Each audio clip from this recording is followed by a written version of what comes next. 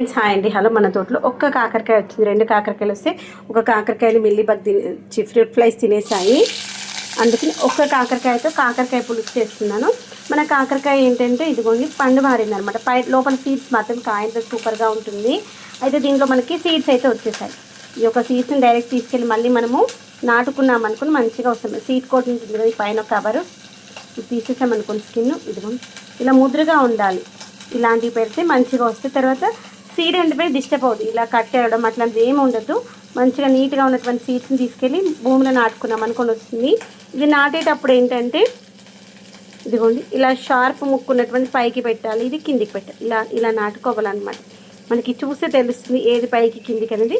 ఇది పైకి వచ్చేలాగా చూడాలి. ఇక్కడికి వెళ్ళి మనకి విత్తనమైనటువంటి మొలకలాగా మారి మనకి మొక్క అనేటువంటి పైకి వచ్చేసి మంచిగా కాపు వస్తుంది. ఓకే, ఈ విత్తనాలు పక్కన పెట్టేసుకొని రేపు నాటుకుందాము. అలా మన దగ్గర ఒకటే కాకర చెట్టు ఉంది. అలా ఒక చెట్టు వస్తే లేని పీకేసేసాను. ఇన్ని రోజులైనా దానికి కాపే రాలేదన్నమాట. అందుకని పీకేసాను. ఇదిగోండి ఈ విత్తనాలు బాగున్నాయి కదా, వీటిని పెట్టుకుందాం. మంచి హెల్తీగా ఉన్న విత్తనాలు నాటుకోవాలి. అప్పుడే మనకు వచ్చేటువంటి కాపు మంచిగా వస్తే గుర్తుంచుకోండి. ఇవి డ్రై అవ్వాలి అట్లాంటివి ఏం అవసరం లేదు. ఇలా తీసుకపోయి అలా పెట్టేసినా వచ్చేస్తాయి. ఇదిగోండి దీంట్లో 2 ఉన్నాయి చిన్న విత్తనాలు. ఈ యొక్క విత్తనాలు నేను చారులోనైతే వేసేస్తాను. ఇప్పుడు మనకి విత్తనాలు కావాలి కాబట్టి తీస్తున్నాను. కర్రీ కానీ పులుసు కానీ ఫ్రై చేసుకున్న దేంట్లో వేసుకున్న ఈ యొక్క కాకర విత్తనాలు టేస్ట్ బాగుంటాయి, అస్సలు పాడేయద్దు. మనం మార్కెట్కి వెళ్ళి తెచ్చుకున్నప్పుడు ఇప్పుడు కాకరకాయలు మంచిగా హెల్తీగా ఉన్న కాకరకాయల్లో సీడ్స్ ముద్రపోయినవి అనుకొని వాటిని వేసుకోవచ్చు. నేను అలా సేకరించుకునేటువంటి కాకరకాయ విత్తనాలు అనమాట ఇవి అండి. ఈరోజు మా ఇంట్లో కాకరకాయ పులుసు అని చెప్పాను కదా. ఇదిగోండి ఇలా కాకరకాయలు మంచిగా మగ్గాలి. మగ్గినంత వరకు మంచిగా మూత పెట్టేసి కలుపుతూ ఉండాలన్నమాట. ఆయిల్ ఎక్కువేమో అవసరం లేదు. 1 టీ స్పూన్ ఏమో వేసేట్లో కొంచెమే ఉంది కర్రీ అనేసి. అన్నం కూడా అవుతూ ఉంది. ఇది వేసేసి దీంట్లో అల్లం వెల్లిగడ్డ పేస్టు, ఇది దీంట్లోనే అల్లం వెల్లిగడ్డ పేస్ట్ వేస్తాను, బాగుంటుంది. తర్వాత పసుపు, అన్నం ఉడికింది, స్టవ్ బంద్ చేసి ఇవి వేసేసిన తర్వాత అది పంపేస్తాము. పసుపు ఇది కొంచెం ఒక 2 నిమిషాలు పచ్చి వాసన పోయేంత వరకు ఒక 2 నిమిషాలు ఇలా అనేసి బాగుంటుంది. తెలుసా కాకరకాయ పులుసు అంటే అమ్మో తినరు అనుకుంటారు కదా. నేనైతే కాకరకాయ ఉత్తగా కడిగేసేసి కాయగా ఉన్నప్పుడే కడుగుతాను, కట్ చేసినాక కూడా కాదు. కడిగేసి చిన్న ముక్కలుగా వేసేసి తాలింపులో మంచిగా కలర్ వచ్చేంత వరకు కలర్ మారాలన్నమాట. అప్పటి వరకు మంచిగా మగ్గనిచ్చిన తర్వాత దాంట్లో ఇలా అల్లం వెల్లిగడ్డ పేస్ట్, పసుపు, కారం వేసేసి బెల్లం వేసుకోవాలి, లేదంటే చక్కెర వేసుకోవాలి. నేను ఏం చేసాను అంటే నా దగ్గర చిక్కీ చేసింది ఉండే చిక్కీ బాగానే ఉందన్నమాట.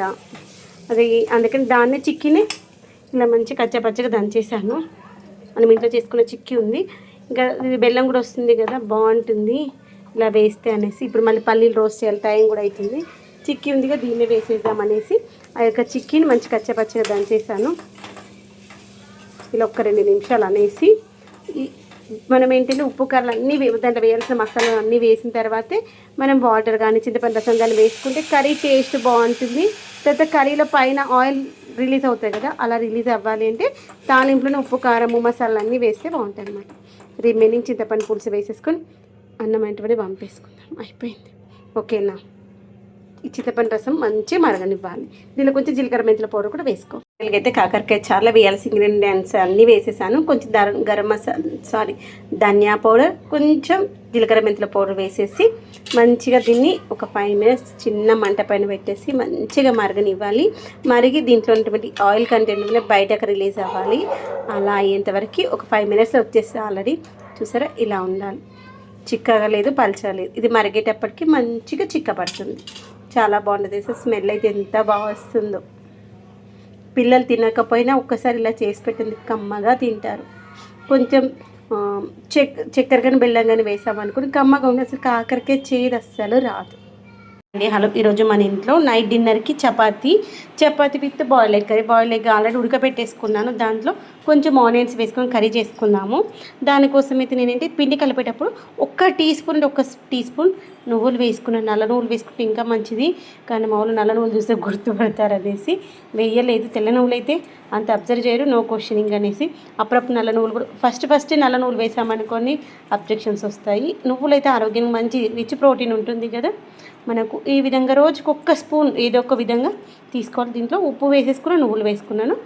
కొంచెంగా వాటర్ వేసుకుంటూ పిండిని చపాతి పిండిలో కలుపుకుందాం. ఆరోగ్యానికి మంచిది, గుర్తుపెట్టుకోండి అండి. హలో, ఈరోజు మన ఇంట్లో అయితే డిన్నర్కి చపాతీ అనమాట. Chapati with boiled egg curry. అసలు ఫస్ట్ ఈవినింగ్ స్నాక్లా తిందాం అనుకున్నాము. చపాతీ చేస్తానంటే చపాతీకి ఏం కర్రీ కావాలని ఆలోచిస్తే అప్పుడు గుర్తుకొచ్చింది, దీన్నే చపాతీ కర్రీలా చేసేసుకోవచ్చు కదని ఒక 2 ఆనియన్స్ కట్ చేసేసి దీన్నే తాలింపేసా. కొంచెం ఈ యొక్క వైట్స్ అనేది కొంచెం మగ్గితే సూపర్గా ఉంటుంది తెలుసా టేస్ట్. ఫైనల్గా ఉప్పు కారం వేసుకుందాం. ఆ లోపల కిచెన్ ప్లాట్ఫామ్ అంతా క్లీన్ చేసేసాను. ఇంకా మళ్ళీ వంట చేశాక పని ఉండొద్దు అనేసి ఇదిగోండి మనం కడిగినటువంటి వాటర్ ఏంటంటే ఈరోజు నేను స్ప్రౌట్స్ కోసం పెసలు నానబెట్టిన వాటర్, తర్వాత తాలింపు గింజల డబ్బా అంతా కడిగేసిన ఉంటే టీ వాటరు, తర్వాత ఇంకా వేరే అవి కడిగినవి ఉండే కదా ఆ వాటర్ని తీసిపెట్టి ఇవన్నీ ఇప్పుడు మొక్కలకి వేసేసి ఇవన్నీ గిన్నెలు కడిగేసి మళ్ళీ మన ప్యూరిఫైర్ నుండి వచ్చేటువంటి వాటర్ కోసం స్టోరేజ్ కోసం పెట్టుకుందాం. వంట అయిపోయిన తర్వాత కిచెన్ స్టవ్ ఒకటి కడుక్కుంటే అయిపోతుంది. కిచెన్ ప్లాట్ఫామ్ అంతా కడిగేసి వైపర్తో వైప్ చేసేసామనుకోండి నీట్గా ఉంటుంది ఏ రోజుకి ఆ రోజు. ఈ స్టాండ్ కూడా పొద్దున కడిగేసి ఉంటే అప్పుడప్పుడు కడిగేసుకుంటూ ఉండాలి. వారానికి ఒకసారి 10 రోజులకు ఒకసారి కడుక్కున్నాం అనుకోండి నీట్గా ఉంటుంది. ఈ కవర్స్ కూడా కడిగేసి మళ్ళీ అవే కవర్లు వేసేసా, ఇంక్లూడింగ్ ఈ స్టాండ్తో సహా కడిగేసుకోలేదు. ఈ స్టాండ్ అంతా జిడ్డు పట్టేసి తర్వాత రస్ట్ కూడా వస్తుంది. స్టీలే కదన్నా సరే అట్లా పక్కన పెట్టేయద్దు. ఫ్రెండ్స్ ఇదిగోండి చపాతీ అయితే చేయడం అయిపోయింది, ఎగ్ కర్రీ కూడా అయిపోయింది. చపాతీని అయితే ఎంత బాగుందో. నేను చపాతీ చేసే లోపల నువ్వు రాసేసి చపాతీ అయిపోతే తినేద్దాం. ఈరోజు ఏం చపాతీ అనుకుంటున్నారు? గోధుమ పిండి చపాతీ. దీనికి ఇంకొక స్పెషాలిటీ ఉంది, చాలా చాలా హెల్తీగా చేశాను. ఓకేనా? పిండి కలిపేటప్పుడు దాంట్లో ఉన్న సీక్రెట్ ఏంటో చూపించాను. ఈ వీడియోకి ముందు అది యాడ్ చేస్తాను, ఒక్కసారి చూసేసేయండి. పిల్లలకి ఈ విధంగా చేసి పెట్టారంటే చపాతీలు కమ్మగా తింటారు. ప్రోటీన్ ఎటువంటిది రిచ్గా వస్తుంది. ప్రోటీన్ మనం పిల్లలకి ఏదో ఒక విధంగా అందించాలి. ప్రోటీన్ ఉంటేనే పిల్లలకి మంచి ఎదుగుదలకు ఉపయోగపడుతుంది. ఓకేనా? చపాతీ ప్లేట్ తీసుకో, తినేస్తూ వేడివేడిగా తిన్నాక రాస్తూ తీసుకో. ప్లేట్ కడిగేసి వాటర్ అంతా తీసేసి సరే ఇలా వేడిగా తింటే ఆ యొక్క ఫీల్ వేరుగా ఉంటుంది. మేమైతే మా ఇంట్లో ఇట్లా తింటున్నామని ఇట్లా పెంక మీదకి వెళ్ళి ప్లేట్లకు రావాల్సిందే, ప్లేట్లకి వెళ్ళి నోట్లోకి పోవాల్సింది, మధ్యలో నో గ్యాప్. అలా వేడిగా తింటే ఆరోగ్యానికి కూడా మంచి. ఇంకో 2 బుక్కలు ఎక్కువగా తినగలుగుతాము, తిన్నా కూడా తొందరగా అరిగిపోతుంది. ఇంకోటి ప్లేట్ కూడా రెడీ. గ్లాస్ నీళ్ళు పోసుకో, గ్లాస్ అక్కడ దానిపైన పెట్టుకుని చూడు. నీరు పెట్టి ఏడుంది మగవాళ్ళు. ఇదిగోండి చపాతీలు అయితే రెడీ. ఇంకో చపాతీ నేను చేస్తాను. కర్రీ ఈరోజు ఏంటంటే స్పెషల్ ఎగ్ కర్రీని అన్నమాట. ఎగ్ ఆరోగ్యానికి చాలా మంచిది, ప్రోటీన్ మంచిగా ఉంటుంది. మామిడికి ఎగ్ కర్రీ అస్సలు ఇష్టం ఉండదు. అందుకనే ఈ యొక్క ఎగ్ కర్రీని ఒక్కొక్క రోజు ఒక్కో రకంగా చేసి ఏదో ఒక విధంగానైతే బతిమాలో బామాలో అయితే తినిపిస్తాను. ప్రోటీన్ మంచిదన్న విషయం మనకు తెలుసు, పిల్లలు కూడా తెలిసేలాగా చెప్పి తినిపించాలి. అదే ఒక్క చపాతీ అన్న తిను అని చెప్పాను. ఓకేనా? బాయ్ అండి. హలో, ఈరోజు అయితే నైట్ డిన్నర్లోకి చపాతీ చేశాను. చపాతీ కాంబినేషన్ ఎగ్ చేశాను. అయితే ఈ యొక్క చపాతీకి ఇంకొక స్పెషాలిటీ ఉంది. జనరల్గా ఏంటంటే నేను లీఫీ వెజిటబుల్స్ ఎక్కువగా వేసి చపాతీ కానీ జొన్న రొట్టెలు కానీ చేస్తూ ఉంటారు కదా, జొన్న రొట్టె బాగా చేస్తారు. ఈరోజు గోధుమ చపాతీని, కానీ దీంట్లో ప్రోటీన్ ఎక్కువగా ఉండేలాగా ఒక్క 2 స్పూన్లు నువ్వులు వేసేసి చపాతీ పిండిని కలిపాలన్నమాట. మనకి నువ్వులు ఏదో ఒక విధంగా తినాలి. నువ్వుల లడ్డూలు తింటూ ఉంటారు, లేదు అంటే నువ్వుల పొడి వేస్తూ ఉంటాం కదా, కానీ మా ఇంట్లో నువ్వుల లడ్డూలు తినరనమాట. ఓన్లీ ఏడ్చిన వ్రతం చేసినటువంటి బుజ్జి లడ్డూలే అది కష్టమే తింటాను. అందుకని ఈ మధ్యలో ఏం చేస్తుందంటే చపాతీ చేసినప్పుడు కానీ జొన్న పరోటాలు చేసినప్పుడు కానీ లేదంటే ఏదైనా కర్రీలలో కొంచెం నువ్వులంటే మనం రోస్ట్ చేసి అప్పటికప్పుడు దంచేసి వేస్తున్నాను అన్నమాట. ఈరోజు ఎందుకు అనిపించింది ఇలా గోధుమ పిండిలో కూడా కొంచెం నువ్వులు కలిపేసి వేసేయచ్చు కదా, కానీ పించాం. ఎందుకంటే ఆ నువ్వులు ఏ కలర్ ఉంటాయో ఈ చపాతీ కూడా అదే కలర్ ఉంటుంది. అచ్చా నల్ల నువ్వులు ఇంకా మంచిది, నేను నల్ల నువ్వులు కూడా తీసుకొచ్చాను. ఒక్కసారి ఫస్ట్ ఇట్లా ఎందుకులే నెక్స్ట్ టైం వేస్ట్ అలా వేసుకోవచ్చు అనేసి ఇంకా నల్ల నువ్వులు. తెల్ల నువ్వుల కంటే నల్ల నువ్వుల్లో పోషకాలు అయితే ఎక్కువగా ఉంటాయి.